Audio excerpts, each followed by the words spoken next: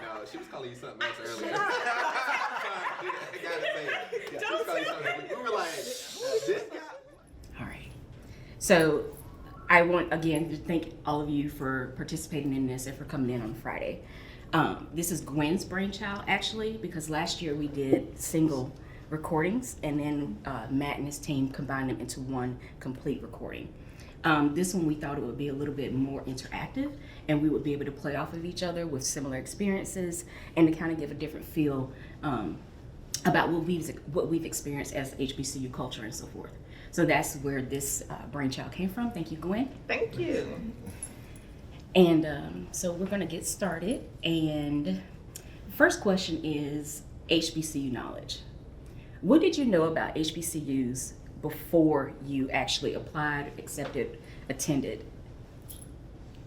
Well, I grew up in a family that went to HBCUs. So my mom actually went to the same university I went to, Central, and my aunt went to Winston-Salem State. So ever since I was young, I always knew, somewhat about the culture and, what I guess defines HBCU versus like any other university. So, Okay. yeah. I didn't know much about HBCUs other than TV and movies and everything because I was part of the first generation of my family to go to college. Mhm. So it was a learning experience all the way. I see it like on Different World, Cosby Different Show. World. That's it right there. Different World. Movies like that. And so it caught my interest then. Mhm. And as I got older, I looked more and more into it. Okay. Yeah, my story is pretty much the same, and I was born in New Jersey, so it's HBCU in the South and HBCU in the North, completely different. Yes. I can in my, imagine. in my understanding, right? I mean, I've been to Dell State, didn't know it was a HBCU, like saw games. I even played baseball at Lincoln University, didn't know it was a HBCU. Come down here to the South, and it's Central A&T. It's like tons of schools, especially here in North Carolina. So you just are HBCU, period. Like you said, Lincoln, you mentioned Delaware State, and then you went to Central. That was the thing. So when I was growing up, we used to go travel to schools. Gotcha. We used to go to games. I played baseball, so I played on a lot of these facilities. But I didn't know they were HBCUs. I just thought it was a regular university. Like Dell State and University of Delaware was the same to me. Right. And that's completely different. Okay. What about you? So a little bit of both. So a different world, and coming up in that whole era and just thinking to myself, like, this is just amazing. But then my sister, she also attended at HBCU. And so that in and of itself was kind of like, okay, do what she does. Now, I wasn't going where she went. And we're not going to call out names? The school was beautiful, but it was in the middle of nowhere. Oh, okay. And so that part was just like, okay, no, I need a little bit of city life. So that's what took me to Smith. Okay. Yeah. So for me, I was always pushed to go. And for whatever reason, Spelman got stuck in my head, but I didn't know why. I knew I wanted to be a lawyer. And Spelman, for whatever reason, I can't remember what connected the dots. But I didn't know it was a HBCU. And then Different World, School Days, all of these movies started coming out talking about HBCU culture, and you're watching and you're like, wait a minute, that's a whole vibe. And that's kind of where it came to me from. And then I lived in rural North Carolina, so as these schools started coming out to us, talking about coming out, and we have scholarships and things of that nature, it's like, okay. And then my mom ultimately made the decision for me. Because money and scholarship. That's why I planted at Central. Yeah, me too. Good old tuition package. Yes. In my Talk time, about it at all. it was the incentive package. They paid, like, my whole freshman year was covered. I didn't have to pay anything. And Mary was like, that's where you're going. So that's where I went. That's kind of how my story unfolded. I chose Central really because they offer me the most amount of money. So in baseball, full ride is like 80%. So I had some other schools that was offering me 80%, but I still had to come out of pocket for like $30,000 a semester. Right. My parents was like, nah, we're not doing that, right? I still got to live, and we still got other siblings to take care of. So that's why I ended up at Central. Okay. Yeah, similar story for me as well. It was just the best financial aid package. And at the time, I thought I was going to, be commuting from home to there, but that ended up not being the case. But that's, same for me too. Well, with me, it was kind of a compromise because I originally wanted to go outside the state. My parents said, no, we can't afford it. Don't do that. It was, you could apply wherever you want to go, but you're going here. You're going here, and you're not going that far your first time away from home. That was my mom said, you're not going that far. Oh, So no. I just picked the school furthest away from home. My mom was like, get away, go, experience life, live. And that was it. But I couldn't go as far as Elizabeth City. But I never came home. Okay. Yep. But then I was in the National Guard, so I had to come home at least once a month. So that was that whole deal. And then she got tired of that real quick. Yes. But You know, I was leaving home. Like that was, it was no, I wasn't going to Cheney, I wasn't going to Lincoln. Like none of those schools appealed to me, right? So it was, I'm going to go somewhere. And where am I going? To North Carolina, right? So my parents, not my parents, my dad, he is from North Carolina. And so that's one of the things that's always drove me to want to be here. And originally I was supposed to go to A&T. I think I told you that, right? So it was, okay, I'll go to Smith for a semester transfer and then I'll finish up at A&T. But once I got there, right, it was such a good mesh with my personality, because believe it or not, I'm an introvert, right? So I am not the kind of person that is, was not the type of person that was gonna, go out of my way to do certain things. It was like, okay, just do what you gotta do and be done. And got there and like really flourished, right? I made friends that I still speak to this day, right? We're either gonna get together at homecoming or, we talk ever so often. But yeah, I was not staying in Pennsylvania. Yeah. Okay. And then, so once you got there, what was your experience like? It was, I would say, kind of eye-opening, but at the same time, it felt like home, but it wasn't home. And the first day there, within an hour, I made friends. We sitting there, we get like, oh, where your room at? I'm roomed over here, this, that. We get together after we finish unpacking and everything, walking around campus. And really, it kind of seemed like everything I thought it would be, but better.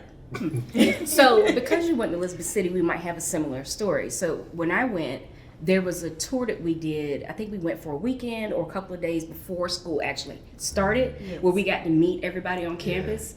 And so made some connections then, so that when we actually came in to start for the school year, it was like, oh yeah, I remember you. So you already had those connections. Did you do the same? Yeah, I did the same, but when I went, it was actually the same weekend as move-in weekend. Okay. So it all blended in together.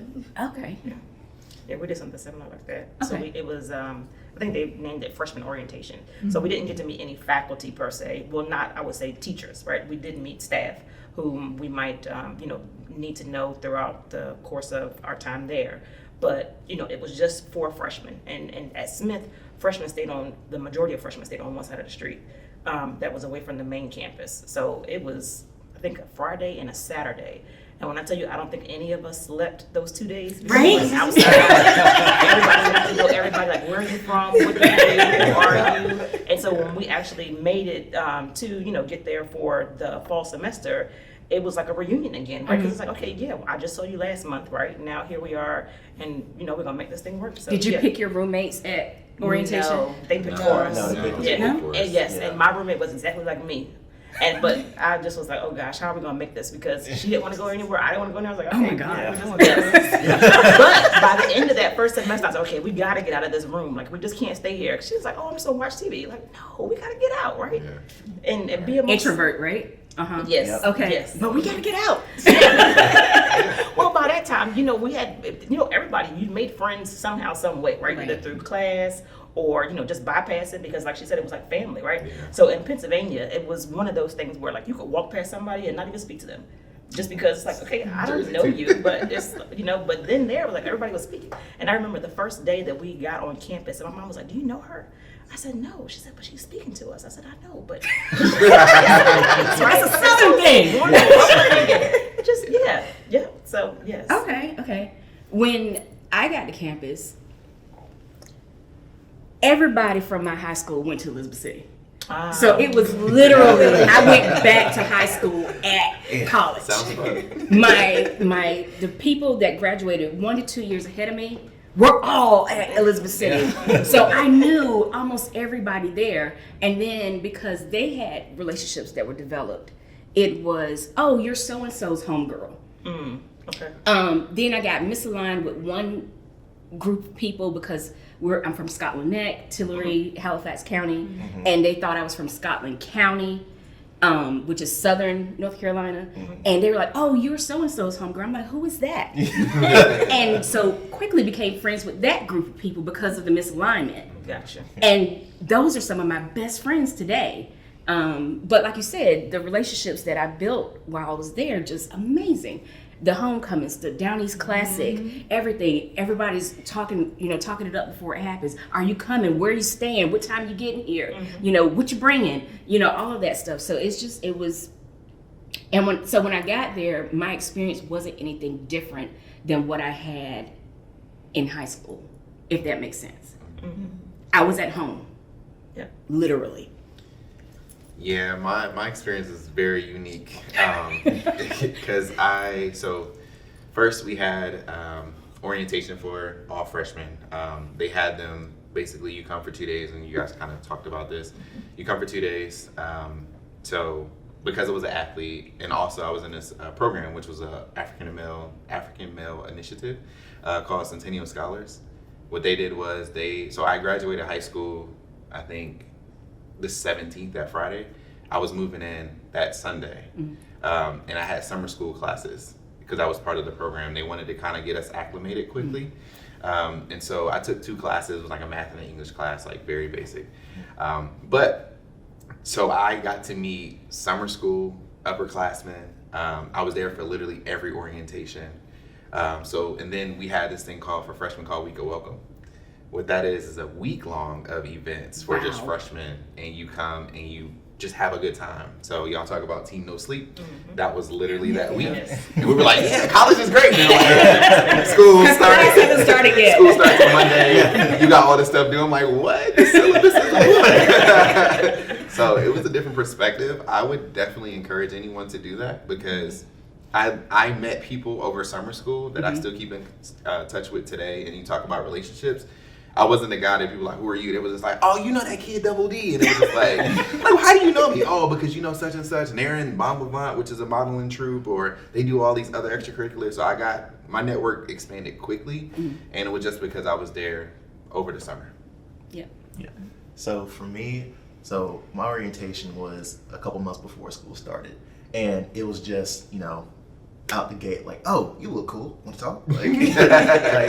And so, I already had met a couple people there, and then came out to campus and connected with them.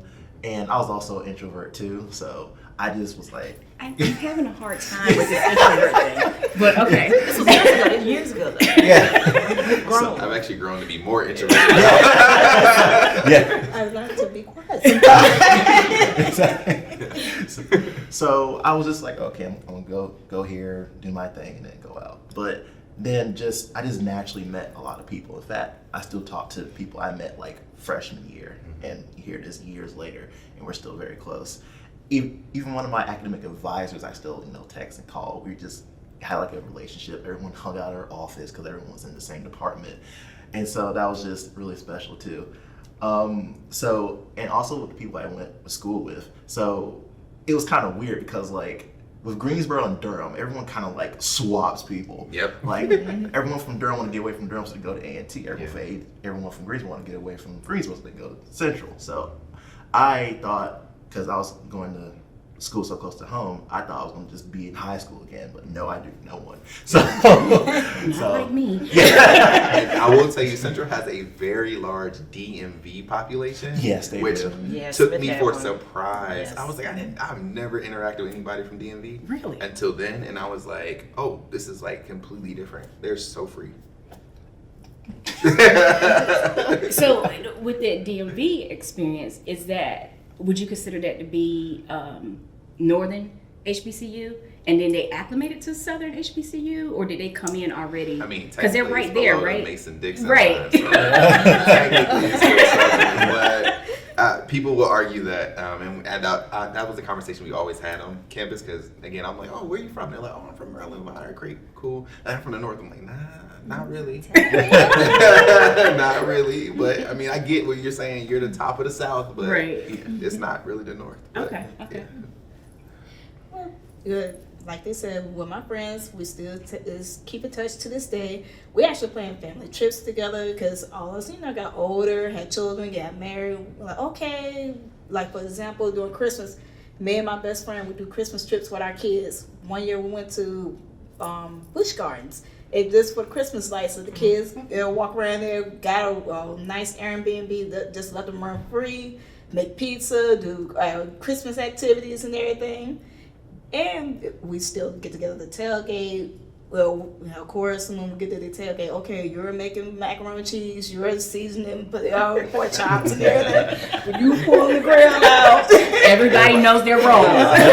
We know your strengths and we play it well. But it's a family that, a family that I love, that I built outside my own family. I love my family to death, but that's my family I built outside because that's your chosen family. That's my chosen family because at the end of the day, I was 3 hours away from home. I'm from Henderson. I went all the way to Elizabeth City, so that was my and rarely went home. If I didn't go home, I went with them or something. Mm-hmm. Yep. So, And you were always welcome. yes, Always welcome, right? Yes, exactly. Right. Okay, so how did those relationships that you built and just the experience that you had there, how did that impact you just from campus life and then outside of that? I guess they're looking at me, so I'll go first. So yeah, the experience for me was, again, it was interesting because in the role that I'm in today, there's a lot of hustle and bustle, right? There's a lot of responsibility. There's a lot of, everybody needs this. Everything's important, and it is. However, I still have to figure out how to get things done, who can do it, do I need to do it, can I delegate it? And I feel like when I was on campus, because I was involved, I was also Mr. Student Activities Board, which for people that don't know, I basically helped facilitate fun things on campus, right? But specifically for my group, I was over a lot of volunteer, like outreach, whether that was us going to feed the homeless or coordinating things on campus. So that was a big part of my role, which means that I can't do it all physically. I show, a lot of times it's almost like being a CEO, like showing up, hey, we're there, we take photos, and then it's like, all right, got to move on, motivate the people and inspire. So a lot of that is interesting because now just talking about it, even just reflecting here, I'm like, that's literally my role today, right? Mm-hmm. It's like, I have to keep a group of people motivated, and how do you do that? It's different for every person. Right. And I learned that early, and I didn't even realize that I took that into my role. Right. What was the question again? No, I remember The it was something impact. about the impact that. Okay, yes. So every day, right? There's something, right? If I'm not talking to someone that I met there, I'm recalling a situation that maybe we experienced while we were there. Because even though it's college, right? There's still life.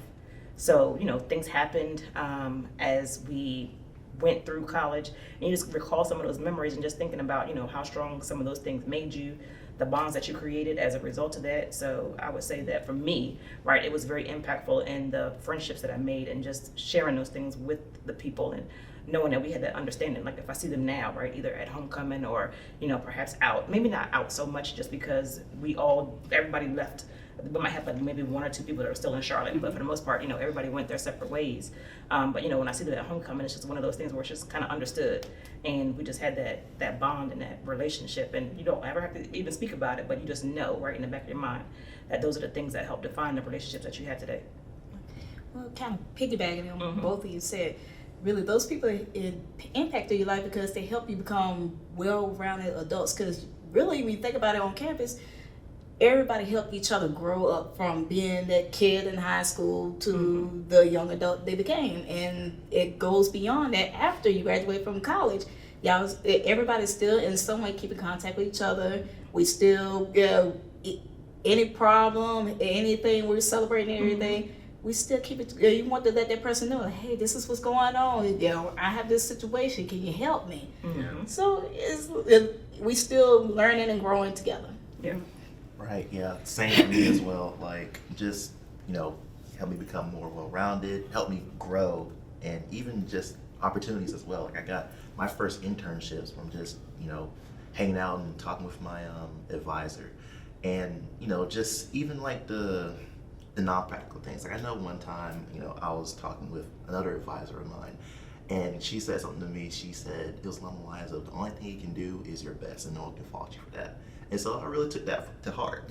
Like out here, at work or in school, just stressed, trying to figure out what to do. But that really still permeates in my mind to this day. And so just all the people I was around, we all grew up together. They made me a better person, and I think I did the same, and it kind of like molded me into, I feel like a better person from high school. So yeah. I think for me, the biggest thing was just the connectivity and the relationship building, because even outside of here, in activities and businesses that I've had and so forth, the support. You say, hey, I'm doing this, they fall in line. Everybody's liking, everybody's commenting, people show up to events. For a lot, you probably don't know, I did some photography on the side, and I used to have art shows. People would show up in Atlanta, people would show up here from miles away, and didn't tell me that they were coming. And they would walk in the door, and I'm like, wait a minute, what are you doing here? Another thing, just crowdsourcing for some of the things that I needed to do, people donating money, just that support. And from that is what I got, and I take that into my personal or professional career, right? So I'm always looking for what is it that your strength is? How can we play on that? How can we use that to help build whatever it is that we're doing? So like with this HBCU week thing, right? We're looking at everyone's individuality, where you're from, who hasn't participated, who needs to step up, or who we want to step up rather, and give you an opportunity to be able to just voice and to be seen, and not just be falling back in the background and fading to black, if you will. We want to give you an opportunity, and that's kind of where my experience comes in. I want everybody to shine. So, go ahead. Oh, I have. Okay. And then just, I guess, in retrospection, so when you think about it and you start, people that might be considering going to HBCUs, what advice would you have them? Or if they are looking at internships, coming upon graduation, what advice would you be able to give them?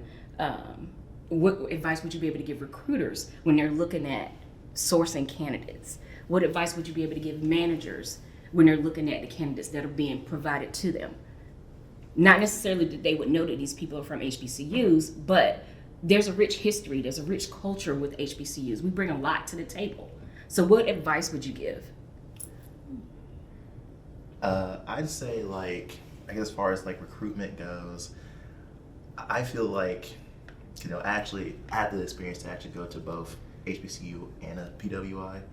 It was part of a program that was actually offered at HBCU. So I got a chance to experience both sides.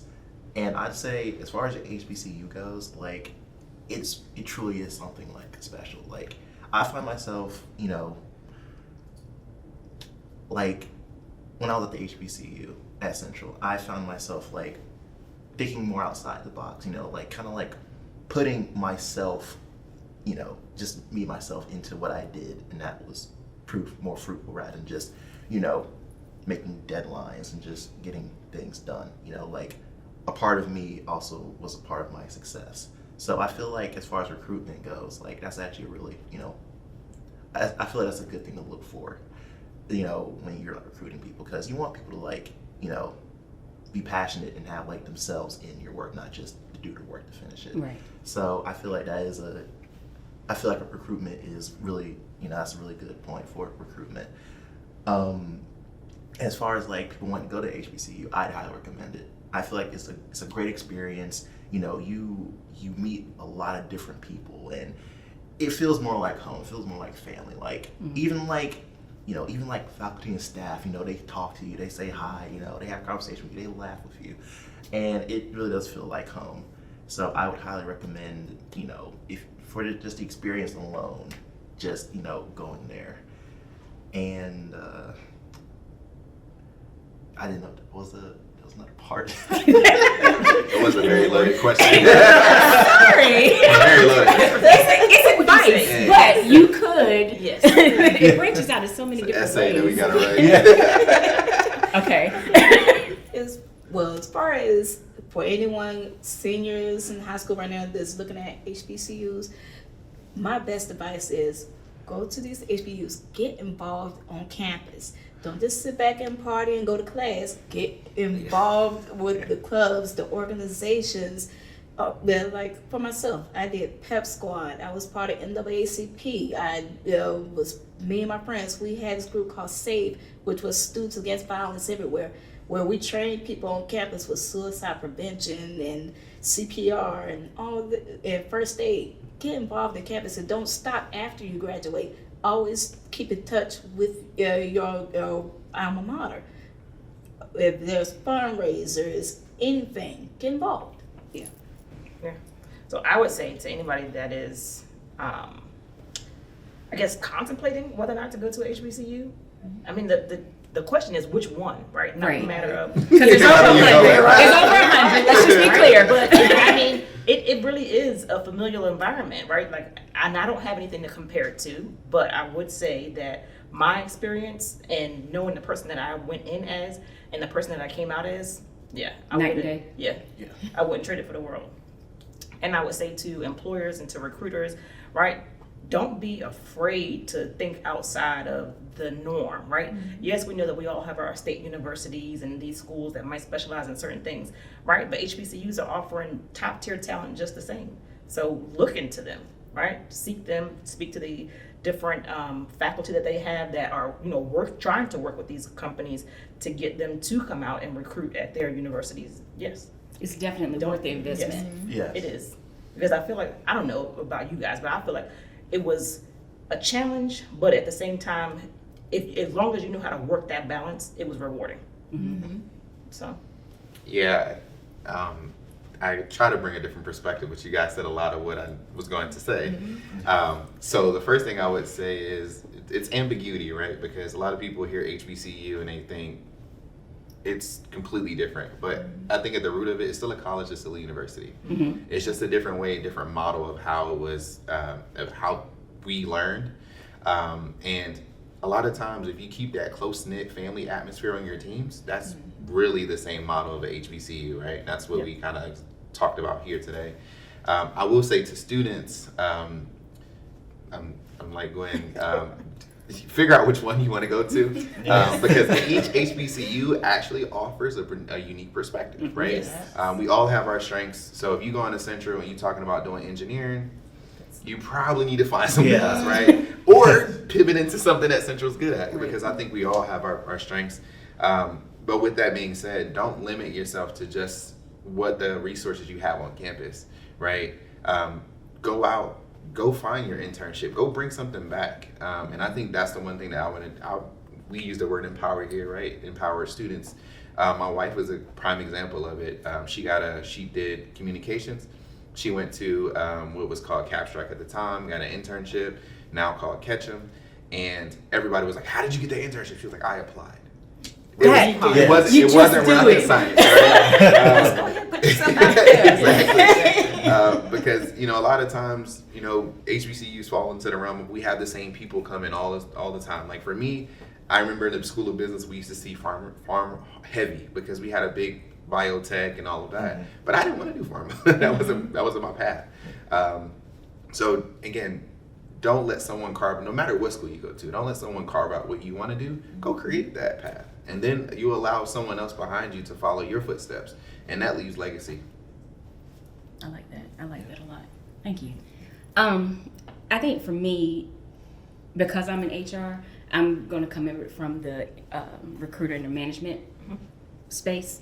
And I would just say, echoing everything that you all said, but also that, like I said, it's a rich history there. There is opportunity there that's untapped, that is being overlooked. And each school has their own specialty. And there are things that can be,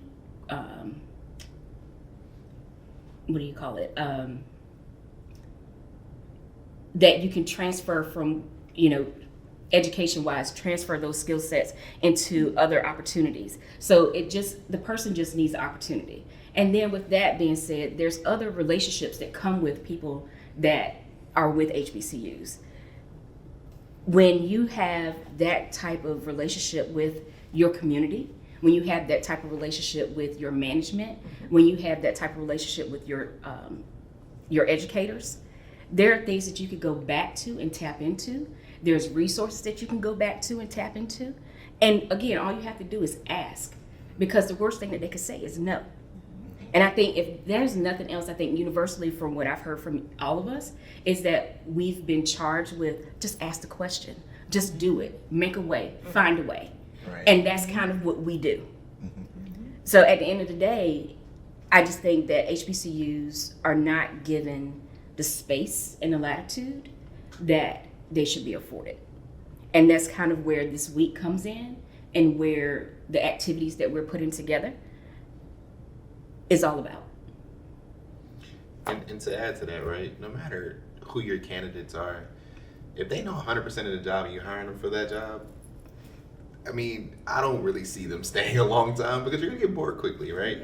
Yeah. And I think that has to be taken into students as well, right? You want them to have some background, but also understand that you have to help them. And in whatever new role that you have, the first 6 months, you're like, all right, what exactly, I know what the job description said, but what exactly do we need here, right? And I think that's another thing that is missing a lot of times from students. We say, hey, you need 20 years of experience. Where are they going to get it? How can you get the experience if you don't give it to me? But then we say 20 years of experience, and then it's a completely new position. Or it's something that you're literally just trying to figure out, right? You may be one step ahead of your employee, which is fine.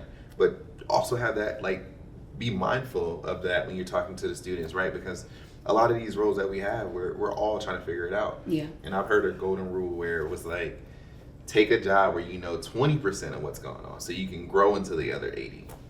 And if that's the case, then we should have the same type of responsibilities or thought process with students. Again, it's about being presented the opportunity, being afforded the opportunity. If you, again, echoing what you said, if I don't have it and I'm not given the opportunity, how am I supposed to gain said skill set? Right. Yeah. So, and even if you can go carve it out for yourself, right? What does that do for the people that are going to come behind you? So yes, I think that we really do need to advocate for the HBCUs, where we see that they're just being underserved in certain areas. So yeah, I agree.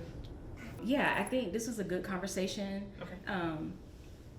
I think it's going to be highlighting a lot, and especially just talking about our experiences, and then just the relationship even coming in here. None of us knew each other well, except for Gwen and I, maybe. Now we know each other's names. Hopefully we can keep in contact and stuff. Again, the relationship building. I think that might be something to think about too. Maybe just like a HBCU group where we just kind of get together and just hang out. I like it.